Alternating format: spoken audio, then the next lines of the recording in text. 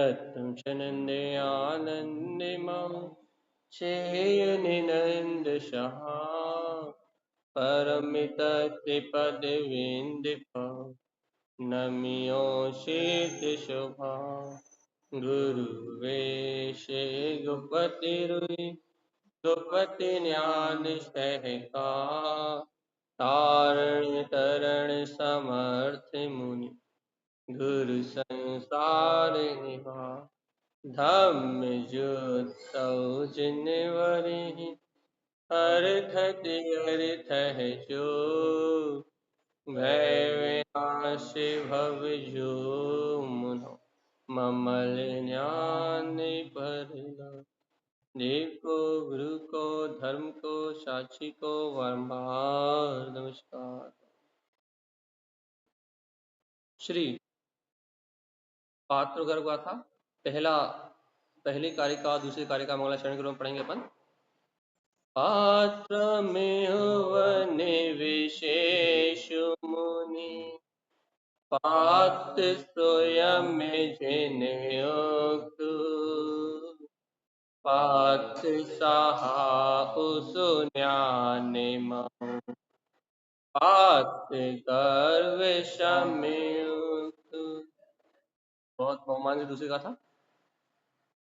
जब जिनु गर्वे वास्य करियो पूर्वे ध्यान मन लायो दर्शन ज्ञान चरण तब यरियो त्रिमुक्ति फल पायो।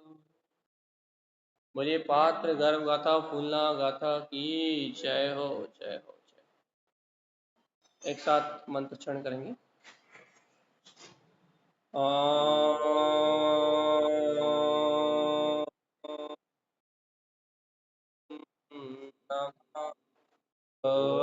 वंशिते नमो नमः।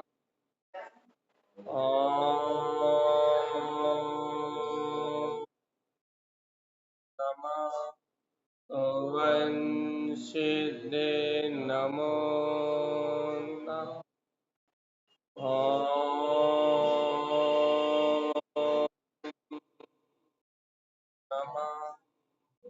वंशिते नमो नमः। परम आराध्य महाजिनवाणी सदगुरुवर श्रीमद जिन तारण साहब और सर्वज्ञ जिनेश्वर भगवान के अमृत में ज्ञान दस्ता यह श्री पार्थ गर्भ गाथा जहाँ आचार्य श्रीमद जिन तारण तरन देव पात्र के गर्भ की बात कर रहे हैं कि जो पात्र है उसका गर्भ कैसा है। देखो ये माता का गर्भ कैसा है ये बात सब जानते हैं, लेकिन पात्र का गर्भ कैसा है ये कोई बिरले जानता है। क्योंकि पात्र के गर्भ में क्या है, उसका श्रद्धान कैसा है, उसका ज्ञान कैसा है, उसकी भावना कैसी है, उसके अंतर का पुरुषार्थ कैसा है, पात्र के गर्भ में क्या छुपा है ये कोई पात्र ही जानता है। पात्र के गर्भ में क्या है, पात्र के गर्भ में क्या छुपा है ये सिर्फ पात्र को ही पता है।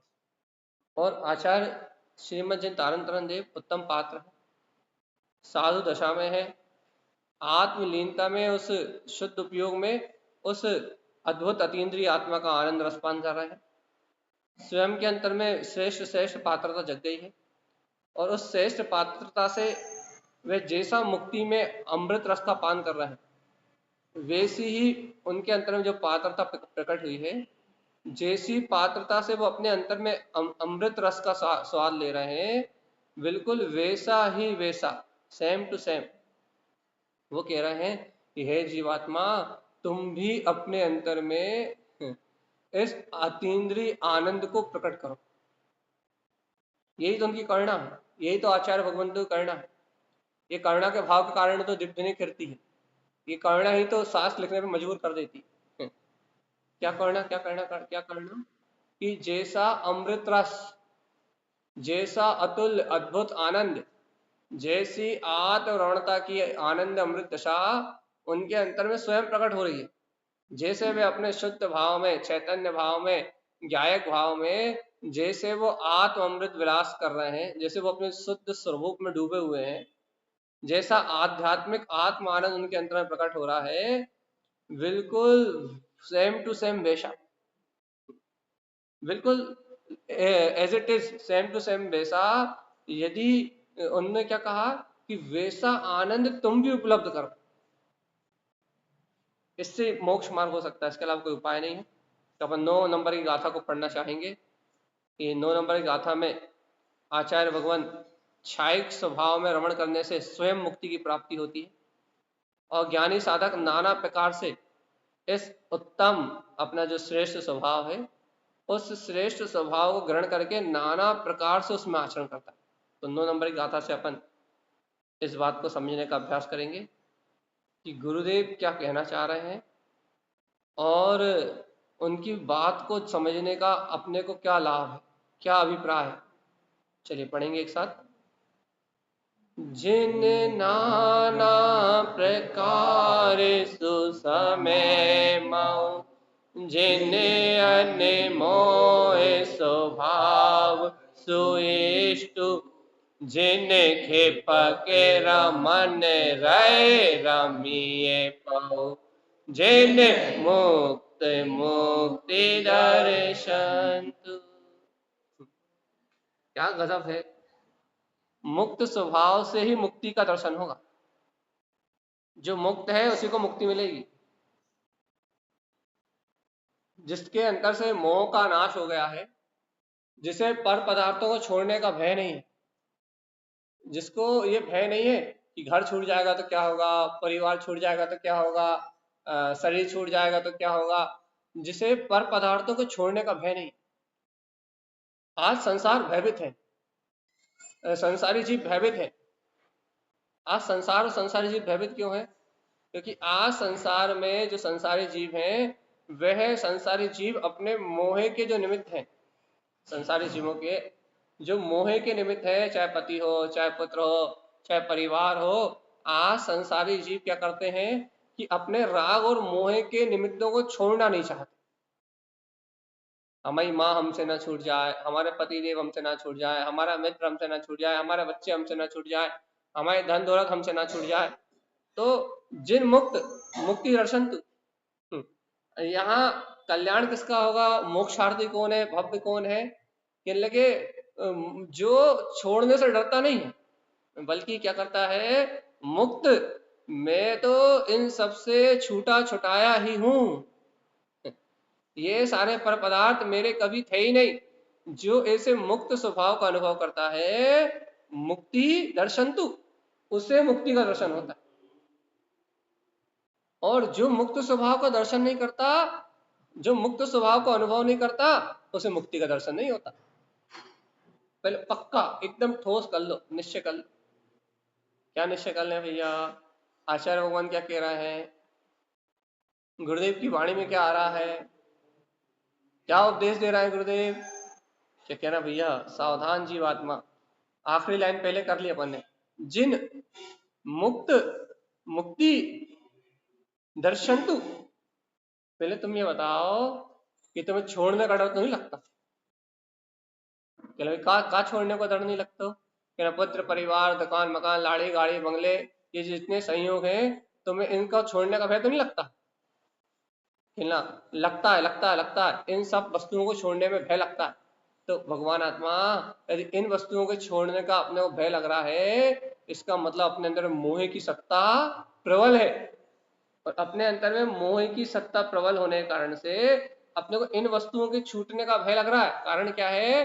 क्योंकि हम वस्तु के स्वभाव को, इन पर पदार्थों को अपनी चेतना से भिन्न नहीं मान पा रहा है। और जीवात्मा सुनो, जब तक इनसे मुक्त, अपने मुक्त स्वभाव को नहीं जानोगे, तो मुक्त स्वभाव के बिना मुक्ति का अनुभव नहीं होगा। मुक्ति का स्वानुभव मुक्त स्वभाव से ही होगा। ये बहुत बड़ी बात है।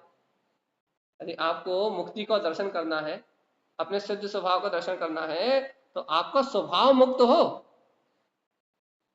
मुक्त हो मतलब आपको किसी के विरह की वेदना ना हो। क्यों वेदना ना हो? किसी के विरह की वेदना क्यों ना हो? क्योंकि किसी के प्रेम की वेदना हो रही है, इसका मतलब आपके अंदर में मोह का भाव प्रबल है। और जब मोह का भाव प्रबल है तो आप अपने मुक्त स्वभाव को उन कर्म बंधनों से, उन संयोग के बंधनों से, उन संयोगी भाव से भिन्न नहीं जान पा रहे। और आप और हम यदि संयोगी भाव को, मोह के बंधनों को यदि हम अपने से भिन्न नहीं जान पा रहे, यदि इन मोह आदि बंधनों से भिन्नता की वासना आपके और हमारे अंदर में नहीं हो रही, तो तीन काल में मुक्ति दिखाई देने वाली नहीं। मुक्ति दिखेगी कब? जब तुम मुक्त भाव में रहोगे तब। मुक्ति कब दिखेगी? जब मुक्ति का भाव होगा, छोड़ छुट्टी करने में भय नहीं लगेगा, कर्मों से छुट्टी कहने लगे, संयोगी पर्याय से छुट्टी, कहले राग मोह के विकल्पों से छुट्टी, कहले नाना प्रकार की कसायों से छुट्टी, कहले जहां तुम्हें पर से छूटने में समय ना लगे, कहना वही मुक्ति, वो मुक्त स्वभाव के आश्रय से ही मुक्ति का दर्शन होगा। तुम करो तो। आगे पढ़ते हैं, हम पूरी शुरू से पढ़ते हैं। जिन नाना प्रकार सुसमय मऊ, जिन अनमोय स्वभाव सुएष्ट। क्या कह रहे हैं गुरुदेव? गुरुदेव कह रहे हैं जो ज्ञानी, जो अभ्यासी नाना प्रकार से सुसमय मऊ, अनेक प्रकार से अभ्यास करते हैं। क्या क्या क्या क्या अभ्यास करते हैं? सुसमय मऊ, अरे मैं तो शुद्ध हूं, मैं तो सिद्ध हूं, मैं तो मुक्त हूं। अपने स्वसमय परमात्मा स्वभाव में डुबकी लगाने का, अपने स्वसमय शुद्धात्म स्वभाव के निकट रहने का, अपने स्वसमय शुद्धात्म स्वभाव के नजदीक आने का जो भव्य जीव, जिन नाना प्रकार सुसमय मऊ, नाना प्रकार से अपने स्वसमय स्वभाव में, अपने ध्रुव भगवान आत्मा में रमण करने का जो जीव नाना प्रकार से अभ्यास करता, एक बार में नहीं हो रहा तो भैया हार मान गए। भैया हम तो आंख बंद करके बैठे थे समय करने, हमारा ध्यान नहीं लगा तो क्या करने लगे? मोबाइल चलाने लगे। ऐसे मोक्ष नहीं मिलेगा। हमारा मन नहीं लग रहा था मंदिर में तो क्या करने लगे? केवल बाहर घूमने चले गए। ऐसे थोड़ी मोक्ष मिलेगा। भैया हमारा मन नहीं लग रहा था, हमारा मन काय में नहीं लग रहा था कि ना भैया हमारा मन स्वाध्याय में नहीं लग रहा था तो क्या करने लगे? भाई स्वाध्याय में नहीं लग रहा था हमारा मन तो क्या करने लगे? कि टीवी देखने लगे, कहना बी कथा पढ़ने लगे, पेपर पढ़ने लगे। यदि आपका मन आत्मचिंतन में नहीं लग रहा तो क्या करने लगे? आत्मचिंतन में लग रहा तो क्या करने लगे? तो कहना दुनियादारी की चिंता करने लगे, इसका क्या होगा, उसका क्या होगा, इसने क्या कहा था, उसने क्या कहा था। दुनिया को व्यर्थ की सलाह बांटने लगे, अपना राग मोह बटाने के लिए पर पदार्थों के निमित्त ढूंढने लगे कि हमारे मोह की पूर्ति हो जाए, हमारे राग की पूर्ति हो जाए, हमारे व्यसनों की पूर्ति हो जाए। ऐसे थोड़े मोक्ष मिलेगा, ऐसे थोड़े कल्याण होगा। तो क्या करें, क्या करें? अरे जीवात्मा, जिस भव्य जीव के हृदय में अपने शुद्धात्म तत्व से प्रीति होती है, जो भव्य जीव अपने शुद्ध आत्म स्वभाव से प्रेम करता है, जिस भव्य जीव को भगवान के वचन प्रिय होते हैं, जो जानता है कि मेरे अंदर ही मेरा सिद्ध स्वभाव है, मेरे अंदर ही मेरी ध्रुव चेतना है, जो भव्य जीव अपने अंदर ही अपने शुद्धात्म तत्व का परिचय करता है, वो भव्य जीव क्या करता है? वो भव्य जीव क्या करता है? वो वाहन नहीं बनाता, वो प्रमाद नहीं करता, वो एक्सक्यूज नहीं देता, वो नाना प्रकार की बातें नहीं करता। वह भवजीव क्या करता है? जिन नाना प्रकार, वो अनेक प्रकार से अपने अंतरात्मा को साक्षी रख के, अपने अंतरात्मा की भावना भाता हुआ, वो नाना प्रकार से सुसमय मऊ, अपने स्वसमय शुद्धात्म स्वभाव में रत रहता।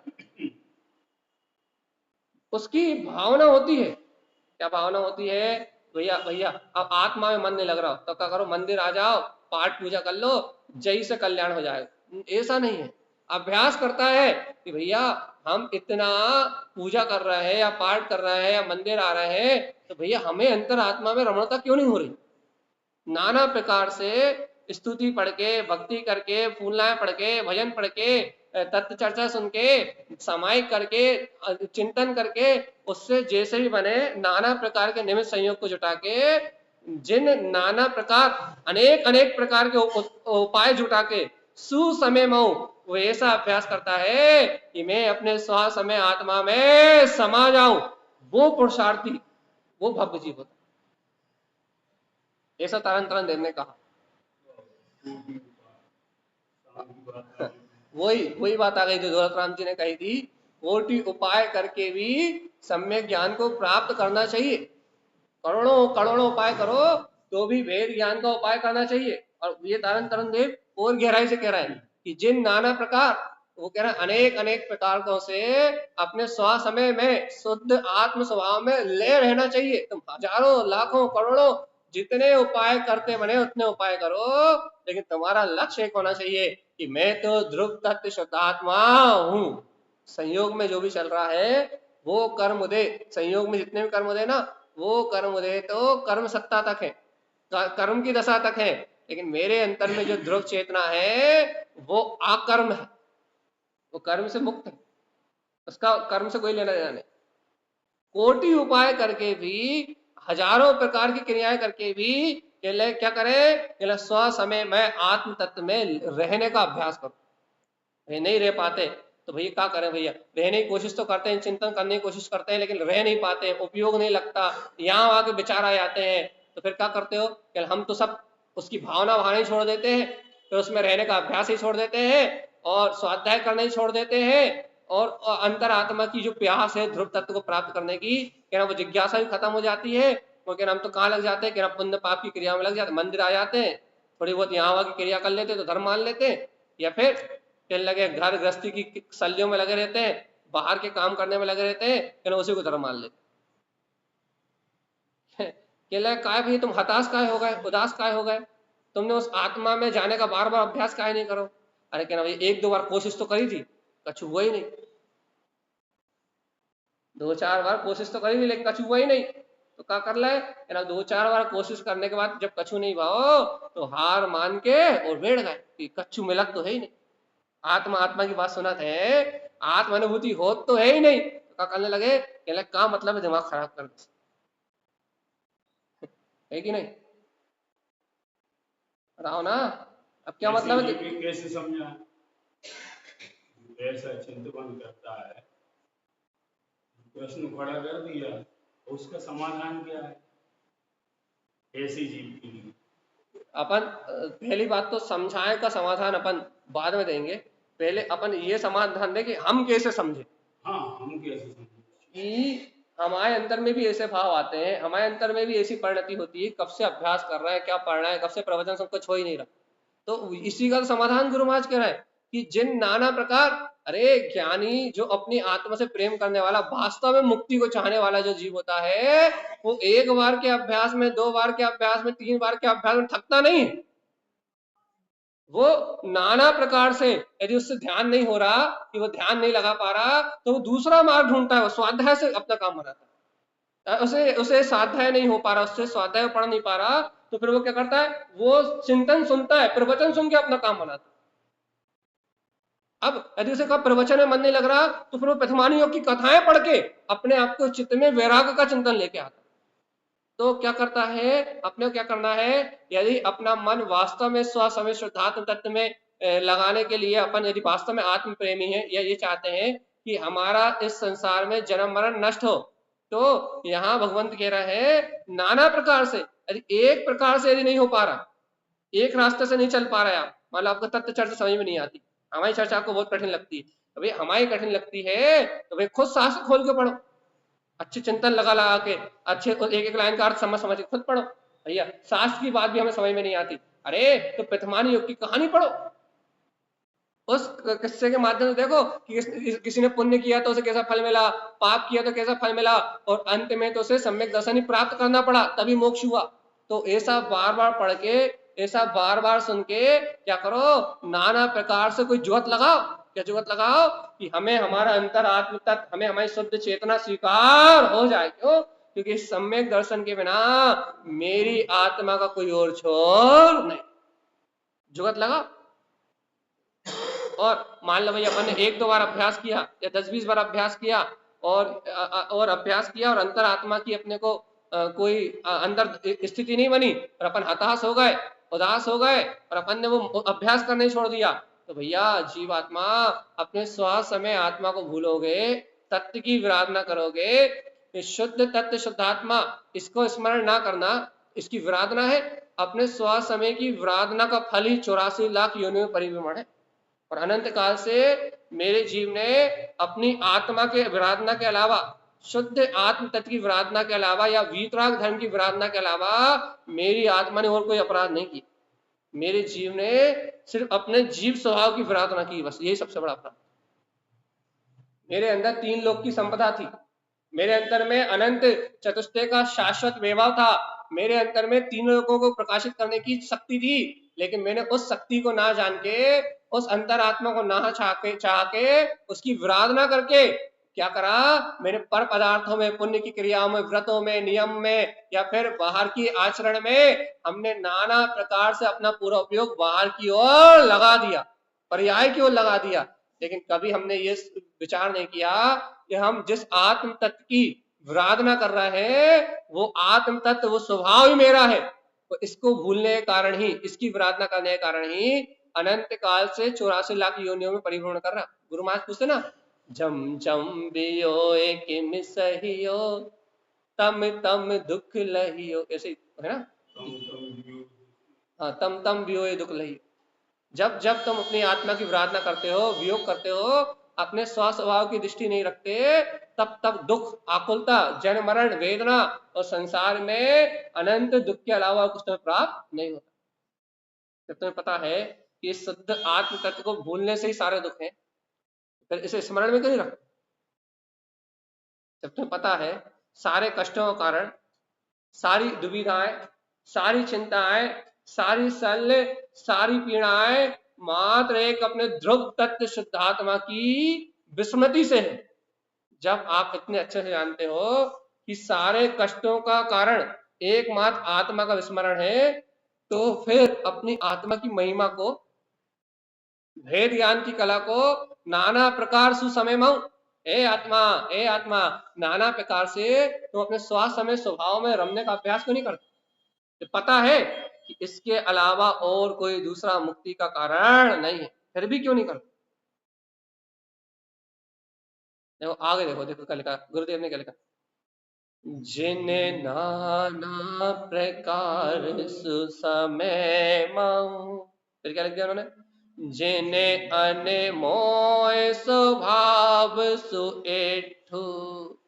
क्या कह दिया भैया, हे भव्यात्मा, जो ज्ञानी साधक होते हैं वह नाना प्रकार से, नाना प्रकार के अभ्यास से अपने स्वसमय स्वभाव में रहते हैं, स्वसमय स्वभाव में ठहरते हैं। और क्या करते हैं भैया, कह रहे जिन अनमोय स्वभाव, क्या करते हैं, अपना जो वीतराग जिन स्वभाव है, अपना जो अंतरात्मा है, जिन अनमोय स्वभाव, क्या करते हैं, ऐसे अपने वीतराग स्वभाव की अनुमोदना से सुइट्टु, इसी को इष्ट मानते हैं, इसी की दृष्टि रखते हैं, बार बार अभ्यास के द्वारा वो अपने आत्म स्वभाव की अनुमोदना मतलब तत्व का आश्रय नहीं छोड़ते।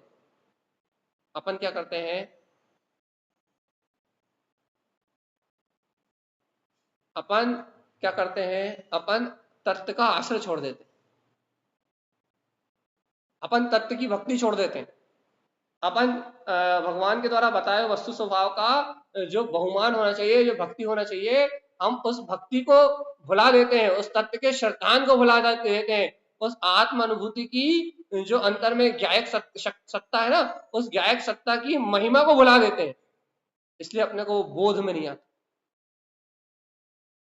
और आचार्य भगवान क्या कहते हैं कि हे भव्य आत्मा, यदि आत्मार्थी हो, मुक्ति चाहिए, तो अनमोय स्वभाव सु, तुम अपने स्वयं के स्वभाव का आश्रय मत छोड़ना। बस धन छूट जाए, दौलत छूट जाए, पुत्र परिवार छूट जाए, ये सारा संसार तुम्हें छोड़ दे तो इस समय छोड़ दे, लेकिन जीवात्मा तुम तत्व की अनुमोदना मतलब तुम आत्म स्वभाव का आश्रय मत छोड़ना। तुम्हें संयोग में कैसे कर्म चल रहे हो, अच्छे हो बुरे हो, संयोग में तो अच्छा मिल रहा हो या बुरा मिल रहा हो, लेकिन परिणमन कैसे ही चल रहा हो, लेकिन है भव्य आत्मा, तुम ध्रुव तत्व शुद्धात्मा का आश्रय मत छोड़ना, एक पल के लिए आश्रय मत छोड़ना। यदि तुमने एक क्षण के लिए भी, एक पल के लिए भी यदि अपने ध्रुव त्रिकाली भगवान आत्मा का आश्रय छोड़ा, कुछ भी करते रहो, यदि तुमने क्षण भर के लिए भी अपने ध्रुव त्रिकाली भगवान आत्मा का आश्रय छोड़ा, तो जैसे ही इस गायक पथ का आश्रय छोड़ोगे, वैसे ही मिथ्यात्व की प्रकृतियां उदय में दिखाई देंगी। मिथ्यात्व रूप मानताएं, अज्ञान मानताएं दिखाई देंगी, और अज्ञान मानताओं में रमोगे तो अनंत अनवंती कसाय सहित अनंत संसार के दुखों को बांधोगे। और यदि अपनी आत्मा की स्मृति रखोगे तो अनंत अनवंती कसाय का अभाव रहेगा, अनंत दुख नहीं बनेंगे। जितने बनेंगे, यदि आत्मस्मृति रहेगी तो पुण्य पुण्य उदय बनेंगे, अशुभ का बंध नहीं होगा, पाप आश्रय नहीं होगा। और जीवात्मा, यदि पाप आश्रय नहीं होगा तो तुम सबसे ज्यादा इस तीनों लोकों में सबसे ज्यादा स्थान नरकों को दिया, और नरकों से भी किसी भी ज्यादा स्थान त्रस्त नारी के बाहर स्थावर काय और निगोदीय जीवों को दिया। कल अपन ने देखा था रात में, क्या देखा था कि सबसे ज्यादा स्थान तीन लोक में, मध्य लोक तो जरा सही है, ऊर्ध्व लोक भी कम है, सबसे ज्यादा जो स्थान में सबसे ज्यादा जहां क्या बोलते हैं, इस लोक में सबसे ज्यादा स्थान जिसने घेरा हुआ है वो नरक की 7 पृथ्वियों में, उससे नीचे कल कल पृथ्वी में यह सबसे ज्यादा स्थान दुख देने वाला है। और इतना ही नहीं, यह त्रस्त नाली के अंदर की बात है, और त्रस्त नाली के बाहर जितना भी है, त्रस्त नाली के बाहर जितना भी है वो तो एक इंद्रिय स्थावर और निगोदियाओं के रहने का स्थान ही है। तो इस तीन लोक में सबसे ज्यादा स्थान तो दुखों के हैं, सुखों के स्थान तो ये कर्म भूमि भोग भूमि है। बाकी तीन लोक में 90% स्थान तो मात्र दुख भोगने के हैं। तो भगवान जी ये विचार तो करो, 90% स्थान दुख भोगने के। 14 राजू उतंग नव 343 धन राजू, जो ये लोक की रचना है, इस लोक की रचना में अधिकतम स्थान आकुलता के हैं 90%।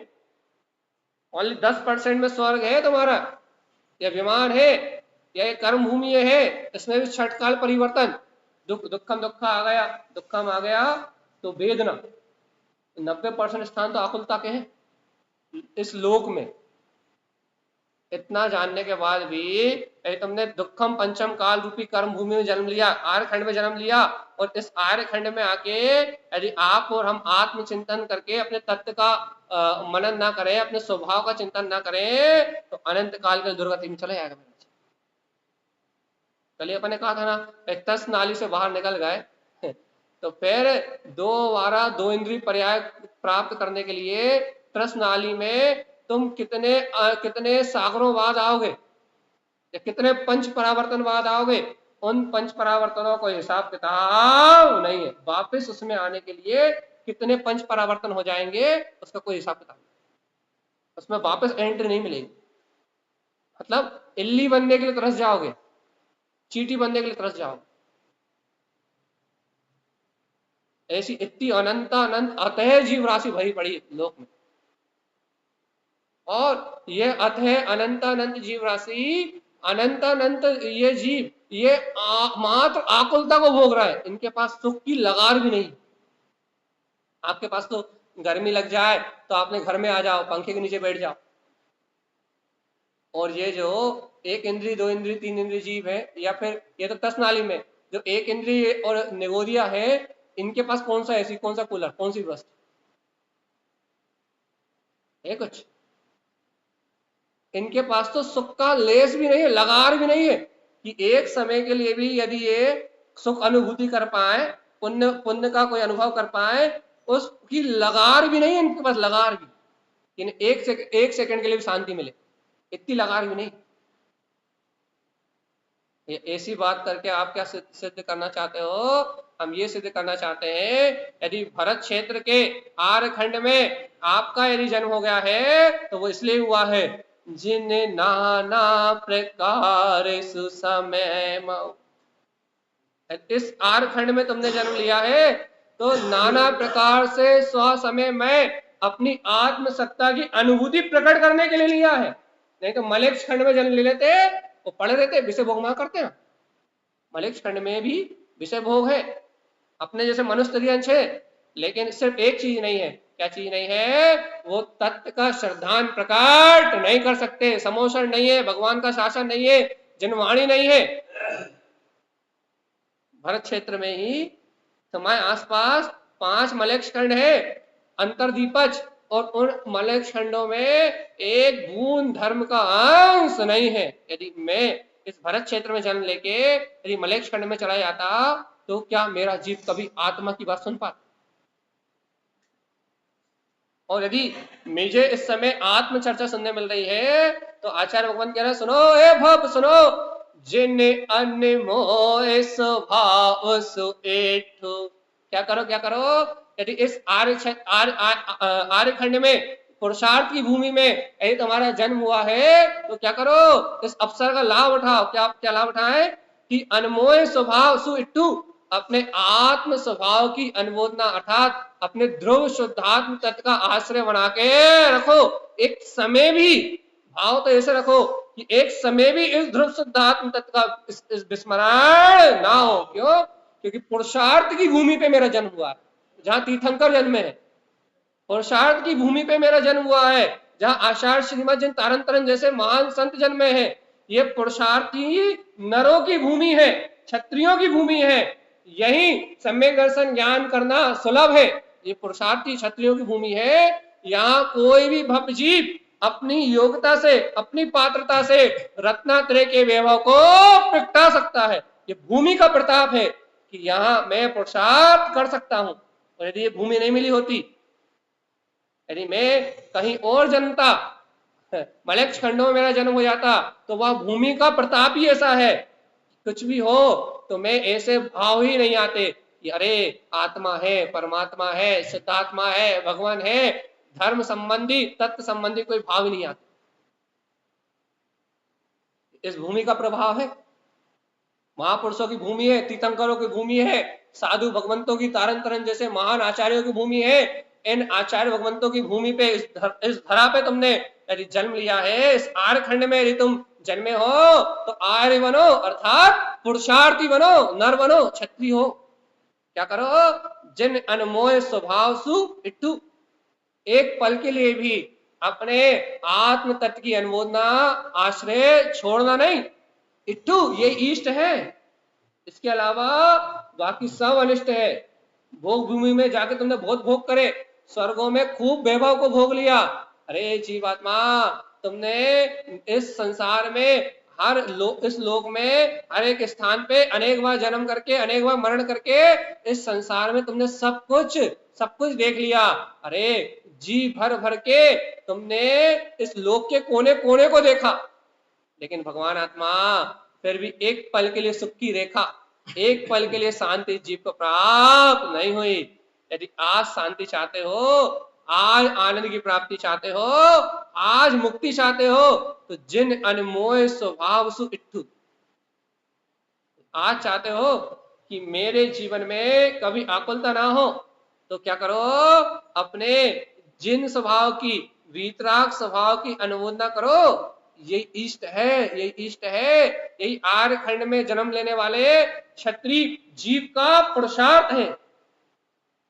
यदि आर्य खंड में जन्म ना लेके यदि नपुंसक क्षेत्र में जन्म लेते तो मान लेते भैया कि मलेक्ष खंड में तुम्हारा जन्म हुआ है, कायरों की भांति, अर्थात क्या बोलते, नपुंसक भाव में जन्म लेते, नपुंसक क्षेत्र में जन्म लेते, तो समझ जाते भैया कि इस भूमि का प्रताप ही ऐसा है कि ये भूमि सूरवीरों को जन्म नहीं देती, क्षत्रियों को जन्म नहीं देती।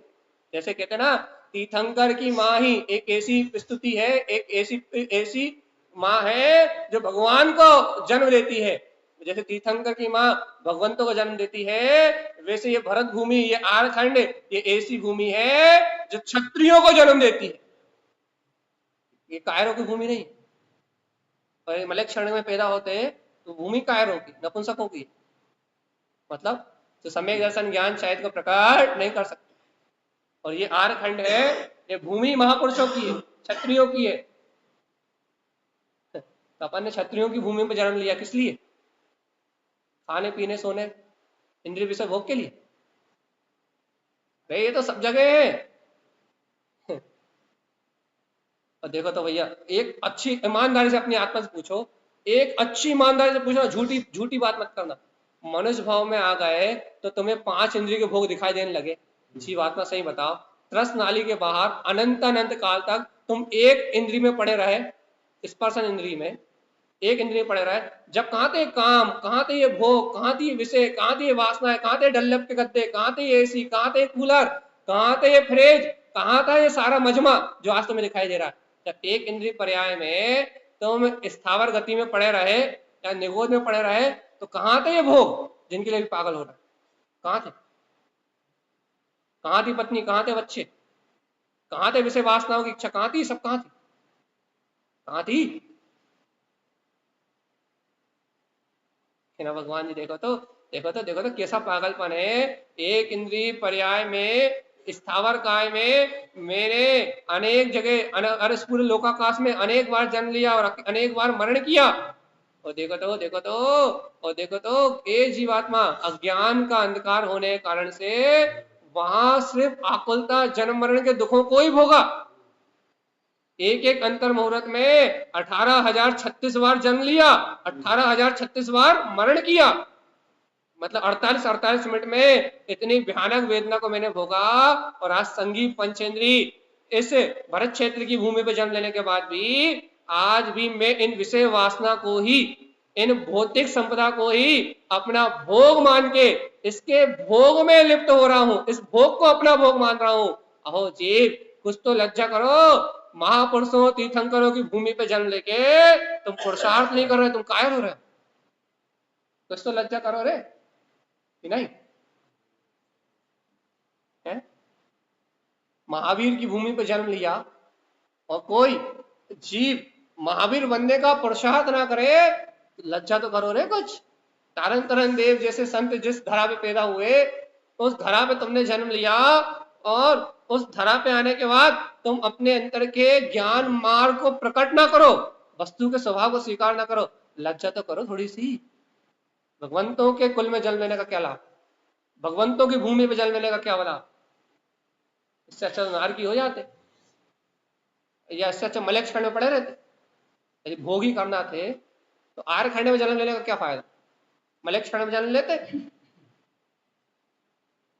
लेकिन यहाँ जन्म लेने के बाद यदि मेरी चेतना नहीं जगे तो यही संसार है। और गुरु महाराज कह रहे हैं नाना प्रकार से समय में, अनेक प्रकार से स्व समय में रहने का अभ्यास करो। अपने वीतराग स्वभाव की अनुमोदना से अपने स्वभाव को इष्ट मानो। देखो तो गुरुदेव क्या कह रहे हैं, जिने खिप के मन रे आमेय पाओ, जिन मुक्त मुक्ति दर्शन तू।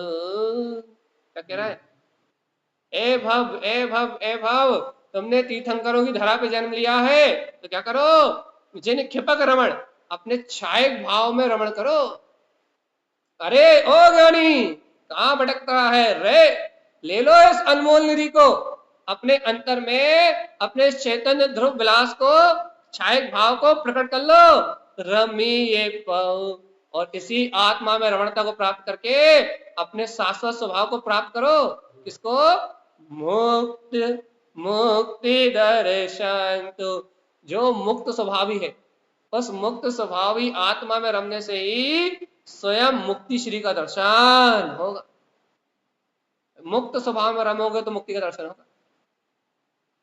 नहीं भैया, हमारी पत्नी ना छूट जाए, हमारा पैसा ना छूट जाए, हमारी गाड़ी ना छूट जाए, हमारा बंगला ना छूट जाए, इस मोह भाव की चिंता में मरोगे तो इस मुक्ति का दर्शन 3 काल में नहीं। वस्तु स्वभाव को स्वीकार करना पड़ेगा कि यहाँ जितने भी संयोग है, धन समाज राज गाज बाज कछु काम, ज्ञान आपनो रूप भाव पे अचल। निर्णय करना पड़ेगा कि ये जितने भी संयोग है पुत्र परिवार के, मैं चेतना इनसे मुक्त ही हूं। ऐसे मुक्त स्वभाव का आश्रय लोगे तो मुक्ति दर्शन तो मोक्ष मार्ग, सम्यक दर्शन, ज्ञान, चारित्र, सुख, वीर, अनंत अनंत चेतन संपदा, अपना छायक स्वभाव की रमणता रूप, अपनी छायक लब्धियों का वैभव अंतर रमणता में दिखाई देने लगेगा, तत्काल दिखेगा। कब? जब तुम मुक्त होने से डर नहीं लगेगा। मुक्त होने से डर लगता है, क्या डर लगता है? अभी यदि आपसे कहे भैया घर छूट जाएगा, अरे भैया कहाँ रहे कहाँ रहे। जब तुम मुक्त होने से डर नहीं लगेगा,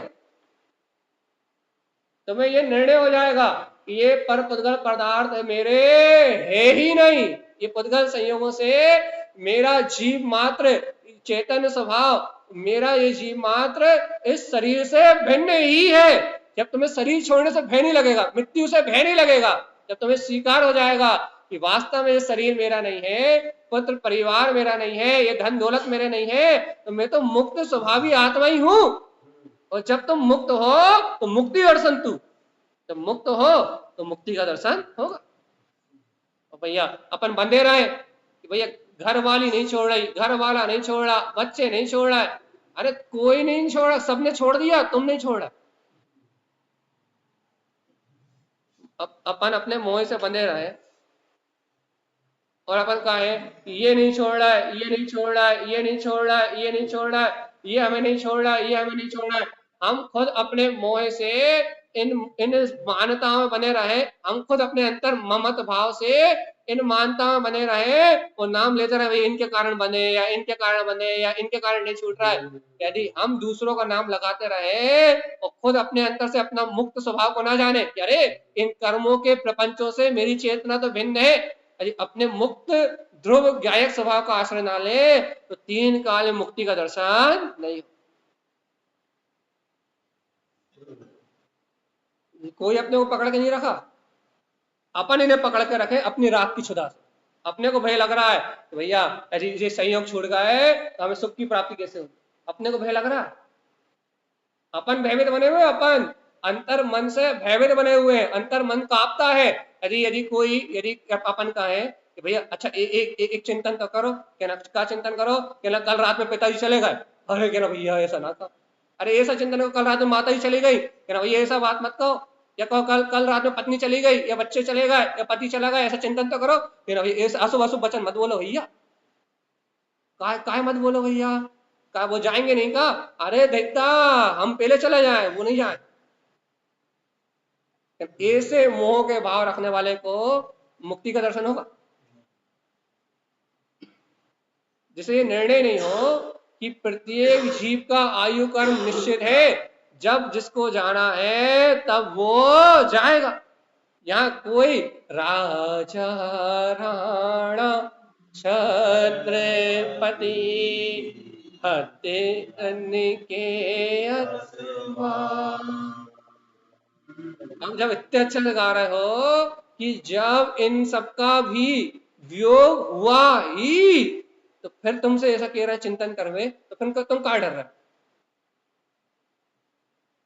इतने प्रेम से गा रहे हो कि भगवान जब ये नहीं रहे, ये रजवाड़े नहीं रहे, ये सम्राट नहीं रहे, ये अनंत बलवान जिनके बल से रावण के नाम से जो लोक कांपता था, जब ये रावण जैसे नहीं रहे, ये कृष्ण जैसे नारायण जैसे नहीं रहे, तो भगवान आत्मा ये शरीर संयोग रहने वाले नहीं है। जब ये स्पष्ट जान रहे हो तो काय को भयभीत हो रहा है कि पत्नी छूट जाएगी, पति छूट जाएगा, कि बच्चे छूट जाएंगे। अरे तुम तो इनसे मुक्त स्वभावी हो ही, ये तुम्हारे है ही नहीं। ये तो कर्म संयोग से 2-4 दिन के रिश्ते नाते हैं, कर्म संयोग से ये 2 पंछी या 4 जीव एक रैन बसेरा एक घर में रह रहे हैं। इसका मतलब ये नहीं है कि ये सब तुम्हारे अपने हो गए, ये तो रैन बसेरा है। जब जिसका समय आएगा वो इस तन रूपी पिंजरे से निकल के चला जाएगा। अब अपने अपने समय अवधि को, अपनी अपनी यात्रा को पूरी करके अपने अपने स्टेशन पे सब उतर जाएंगे। कोई नरक चला जाएगा, कोई ट्रेन चला जाएगा, कोई देव बन जाएगा, कोई मनुष्य बन जाएगा, सब अपने अपने स्टेशन पे उतर जाएंगे। ये स्टेशन छोड़ेंगे और जैसे कर्म करे हैं अपने अपने स्टेशन पे उतर जाएंगे। जब तुम पहले से ही जानते हो कि ये अपने अपने स्टेशन पे सब हमें अपने अपने छोड़ के चले जाएंगे, जब तुम ये बात यथार्थ रूप से सत्य रूप से जानते हो तो इनके वियोग के नाम से भयभीत क्यों हो जाते हो? तुम्हें ये भाव क्यों अंतर में नहीं आता कि मुक्ति मुक्ति मुक्ति? अरे क्या मुक्ति? अरे सुनो तो, इन पर पदार्थों को छोड़ने में भयभीत ना होना, इसका नाम ही मुक्ति। इन पर को, इन निमित्तों को, इन संयोगों को, इन पुत्र परिवारों को, इस धन दौलत को छोड़ने के नाम पे भयभीत ना होना। मेरे तो ये है ही नहीं, मैं तो सदैव इनसे भिन्न एकाकी गायक आत्मा हूं। इनमें तीव्र मोह की भावना ना होना, इसका नाम ही मुक्ति है। तो जो ऐसी मुक्ति को प्राप्त कर चुके, मुक्ति दर्शन तू, उन्हें मुक्ति का दर्शन होगा। जिन्हें ऐसा भेद ज्ञान हो गया कि ये संयोग तो नियम से मुझसे छूटेंगे ही, जिन्हें ऐसी अंतर में मोह से मुक्ति मिल गई, उन्हें मोक्ष तो प्राप्त हो गई।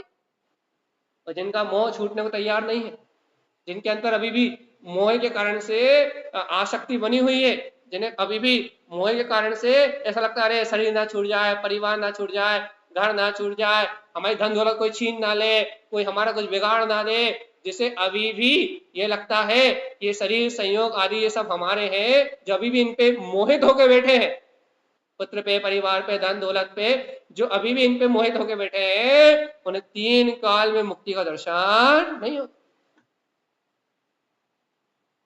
सीधी बात है ना। जो मुक्त स्वभाव के आश्रय जाएगा, जो अपने क्षयिक स्वभाव में रमण करने की भावना भाएगा, जो जानेगा कि धन दौलत अच्छे नहीं है, अच्छे अनंत मेरा ज्ञान का स्वभाव, जो जानेगा पुत्र परिवार इनमें रमण करना, स्त्री में रमण करना, पुरुष में रमण करना, ये शाश्वत सुख नहीं है। रे रमी पाऊ, अपने स्वपद भगवान आत्मा में रमण करना, ये शाश्वत सुख है। जो ऐसा जानेगा, जिन मुक्ति, उसको क्या मिलेगी? उसे अपना मुक्त स्वभाव मिलेगा और मुक्ति दर्शन तू। और क्या क्या देखेगा वो? अरे देखो तो, देखो तो, देखो तो, ये जो आकर्ता आभुक्ता, जो पर भाव से भिन्न मेरा ज्ञायक ज्ञान स्वभाव है, यही मुक्त है। देखो तो, देखो तो, इस मुक्ति को देखने से, राग आदि देश आदि भाव से हटके अपने अंतर में इस मुक्त स्वभाव को देखने से ही मुक्ति का दर्शन हो सकता है।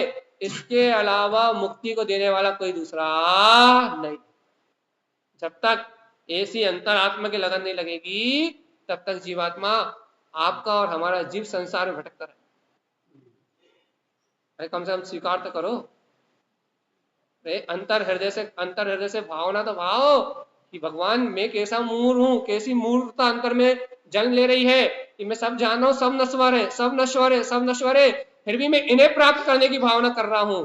और मैं ये जान रहा हूं कि मेरा ध्रुव स्वभाव शाश्वत है, परम सुख का दातार है, फिर भी मैं इसे प्राप्त करने की भावना नहीं कर रहा। दिन भर मुझे धन दौलत विषय भोगों की भावना बनी रहती है, निज आनंद स्वरूप भगवान आत्मा को प्राप्त करने की भावना नहीं होती।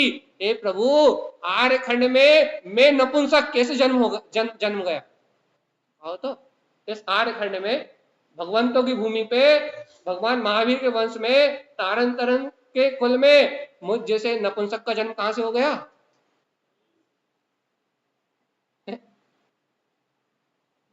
इस कुल में मैं कैसे जन्म गया? इस आर्य खंड में मेरा जन्म कैसे हो गया?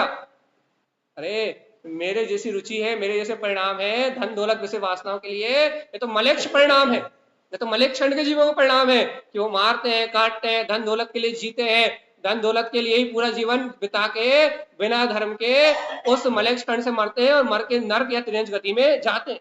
ये तो मलेच्छ जीवों का परिणाम। ये अपने भाव कहां से हो? आर्य खंड में जन्मे, अपने परिणाम कैसे हो गए? पक्का करो पहले कि भैया ये परिणाम तो मलेच्छ खंडिज वाले मलेच्छ भूमि में उत्पन्न होने वाले मिथ्या दृष्टि जीवों के हैं, हमारे थोड़ी ना है। हम तो आर्य खंड में जन्मे, भगवान महावीर सत्य शासन काल में जन्मे, पुरुषार्थ को जानते हैं, अपनी अंतर की चेतनता को उछाल सकते हैं। हम तो पुरुषार्थी जीव है, हमारा लिंग नपुंसक थोड़ी ना है, हमारा लिंग तो क्षत्रिय है, पुरुष लिंग है कि नहीं? वो तो बता, अगली गाथा पढ़ दे, और नहीं हो तो इसी गाथा पे दे धमाधम।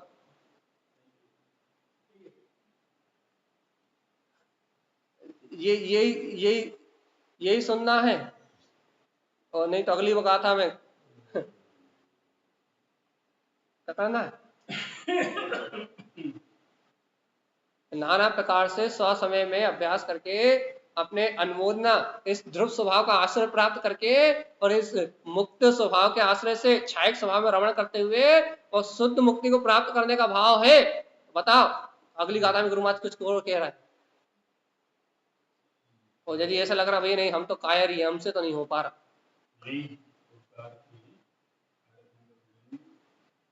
यही है पुरुषार्थ का मतलब। यदि ऐसा यदि बहुमान आ रहा है कि अरे भगवान आर्यखंड में जन्मा मैं जीव, और वही भगवान महावीर के शासन काल में जन्मा मैं जीव, ऐसा भाव आ रहा है तो देखो अगली गाथा पढ़ो जरा। जिन्ने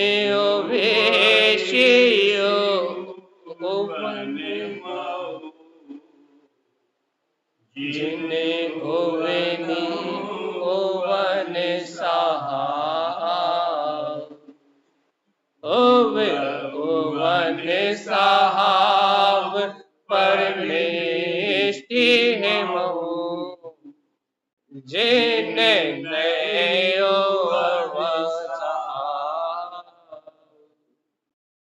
कितनी गजब बात है।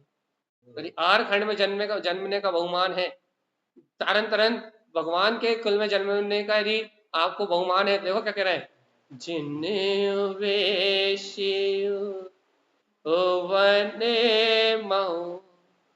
यदि वास्तव में आर्य खंड में जन्मे हो तो आर्य खंड में जन्मने का क्या बहुमान है। जिनेन्द्र भगवान ने जो उपदेश दिया है, उस अनुसार अपने शुद्धात्म पद की अनुभूति को प्रगटा लो। ये है आर्य खंड में जन्मने का वैभव। तुम अनंत चतुष्ट को प्रगटा लो। क्यों? क्योंकि यहां से बिल्कुल सीधाई में ऊपर सिद्ध सलाह है, यहां अपने पुरुषार्थ को प्रगटाओगे तो एक समय में ऊर्ध्वगमन करते हुए लोकाग्रवासी हो जाओगे।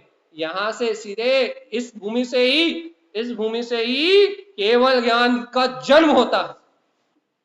मलेच्छ भूमि से नहीं होता, देव की भूमि से नहीं होता, नरक की भूमि से नहीं होता। इस आर्य खंड से, ये आर्य खंड रूपी भूमि केवल ज्ञान को जन्म देती है। इस भूमि से केवल ज्ञान का जन्म होता है।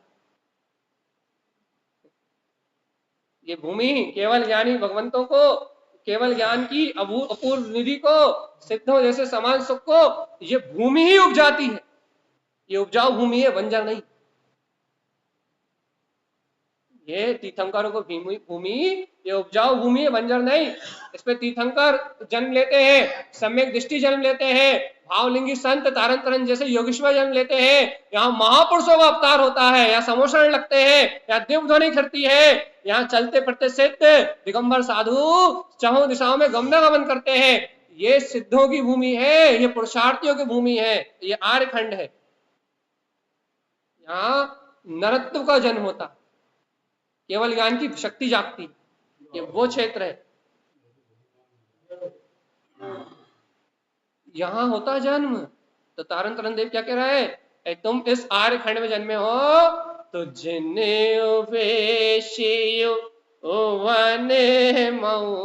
अब तो इस जिनेन्द्र भगवान के उपदेश में हो जाओ। क्या जय हो जय हो जय हो। अहो ऐसे भगवान महावीर शासन के उपदेश में, भगवान महावीर के काल में, उनके शासन में मेरा जन्म हुआ और उनकी दिव्य ध्वनि को मैंने सुन लिया। अहो धन्य धन्य धन्य। उस दिव्य ध्वनि को सुन के उसमें हो जाओ, उस स्वानुभूति को अंतर में प्रगटा लो। तो ये पुरुषार्थी भूमि, ये पुरुषार्थी भूमि पे परम पुरुषार्थ का अपना जन्म हो जाए, हम भगवान के उपदेश में हो जाए, भगवान की वाणी में हो जाए, और भगवान की इस वाणी में, इस आर्य क्षेत्र में हमारे अंतर में उस भगवत सत्ता का जागरण हो जाए कि शरीर आदि से भिन्न मैं एक अखंड ऐसी चैतन्य तत्व भगवान आत्मा ही हूं। ये शक्ति हमारे अंतर में जाग जाए, ये महिमा हमारे अंतर में जाग जाए, तो ये आर्य खंड में जन्म लेने वाले इस जीव का अंतःकरण का जागरण हो गया। तो जिसके अंतर में जागरण हो गया वो क्षत्रिय, वो नर, वो भगवान के महावीर के काल में जन्म लेने वाला, वो तीन लोक का स्वामी, वो राज करेगा इस पूरे विश्व पे, अखिल विश्व पे राज करेगा। तीनों लोगों को अपने एक समय के ज्ञान की, केवल ज्ञान की पर्याय में झलकाएगा। वो है राजा, इस विश्व का राजा। कौन? जिसने आर्य खंड रूपी माता की गोद से जन्म लिया है, वो पुरुष। कौन? अब वो पुरुष अपन है कि नहीं? पुरुष मतलब आत्मा। जैसे द्रव काल क्षेत्र भाव की अनुकूलता मिली है, सम्यक दर्शन ज्ञान शायद को प्रकट करने की, वो भव्य। देखो तो और क्या कह रहे हैं गुरु महाराज, जिने ओवनी ओवन सहाऊ, क्या कह रहा है, देखो तो जिन उवनी क्या उत्पन्न हो गया, कहने लगे जितेंद्रीय पद सम्यक दर्शन उवनी, सम्यक दर्शन का जो स्वभाव है अर्थात सम्यक दर्शन में जो पद है वो प्रकट हो गया है, आत्म अनुभूति का भाव प्रकट हो गया है। ओवन सहाऊ है जीवात्मा, अब तो अपना अनंत चतुष्ट स्वभाव अंतर में प्रकट हो गया है, अब तो उसकी स्वानुभूति जाग गई है, ये परम पुरुषार्थ जागा है। तो क्या करे, ओवे ओवन सहाव परमेष्टि मऊ, अरे जीवात्मा अब ये अपना जो स्वभाव उत्पन्न हुआ है, जो अनुभव में आया है, यही पंच परमेष्टि पद में है, अपना परम इष्ट स्वभाव है, इसी से अरिहंत हो गए, इसी से सिद्ध हो गए, इसी से आचार हो गए, इसी से साधु हो गए। इस भरत भूमि पे तुम दिगंबर मुनि बन के विचरण करोगे, इस भरत भूमि पे तो तुम तीर्थंकर बन के विचरण करोगे, इस भरत भूमि पे तुम्हारे समोषण लगेंगे, और इस भरत भूमि से तुम अपने आत्मा का कल्याण करते हुए लोकाग्रवासी सिद्ध सला में चले जाओगे। इस भरत भूमि पे तुम्हारा निर्वाण महोत्सव मनाया जाएगा। ये भरत भूमि ही वास्तव में तुम्हारे सारे उत्सवों की भूमि है, ये भूमि है जहां से तुम जय जयकार मचाते हो मुक्ति श्री को प्राप्त करोगे। ठीक है ना, वे वन सहाव परमेष्टि मऊ, क्या कहने लगे, ये अपना पंच परमेष्टि में ये परम पद अपना वीतराग स्वभाव उत्पन्न हो गया है, परम इष्ट पद अंतर अनुभव में आ गया है। जिन ने वन सहाव, जिन भगवान ने जो ने कहे थे अर्थात सम्यक ज्ञान कहा था, वह सम्यक ज्ञान अंतर में जागृत हो गया है। अब तो मुक्ति श्री का दर्शन होता है, अब तो ज्ञायक पद दिखाई देता है, अब तो वीतराग भाव चेतन सत्ता अंतर प्रतीति में प्रतीतिमान होती है। अब तो शरीर के सहयोग में रहते हुए भी शरीर भगवान आत्मा स्मरण में बना रहता है। अब तो खाते पीते उठते बैठते भी ये बोध रहता है, ये सब संयोग नश्वर है, और इसके भिन्न मेरा ज्ञायक स्वभाव ध्रुव है, शुद्ध है और अविनाशी है। अब तो श्वास श्वास में स्मरण रहता है कि आती हुई श्वास स्वभाव का स्मरण लेके आती है, और जाती हुई श्वास विकार भाव को अज्ञान भाव को नाश करती हुई जाती है। आती हुई श्वास कहती है कि मोक्ष मार्ग निकट आ रहा है, और जाती हुई श्वास कहती है कि घर पुत्र परिवार सब छूटने वाले हैं, है वर्धते सब खत्म होने वाला है, आंखों से दिखने वाला सारा दृश्य विलाने वाला है। जाने वाली वो सांस कहती है कि अब इस संसार में मेरा कुछ नहीं रहेगा, और हर अंतर में आने वाली सांस कहती है कि मैं तो ध्रुव तत्व शुद्धात्मा ही हूं। आने वाली सांस मेरे उपयोग को अंतर्मुख लेके आती है, और जाने वाली सांस कहती है कि ये जो बाहर छूट गया ये कुछ साथ रहने वाला नहीं है। आने जाने वाली ये सांस हर पल हमें बोध कराती है कि जीवात्मा तू तो शुद्ध है, सिद्ध है, मुक्त है, तेरे अंतर में पर पर्याय आदि का कोई प्रपंच है ही नहीं, तू तो ज्ञायक भगवान आत्मा।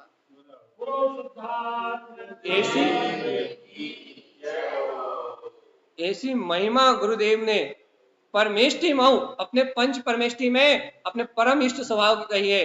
ये जीवात्मा तुम ऐसे परम पद के धारी हो, तुम्हारे अंतर में ऐसा वीतराग स्वभाव है, तुम्हारा जन्म ऐसे क्या बोलते हैं आर्य खंड में हो गया है जहां से तुम सीधे जिनेन्द्र बनोगे।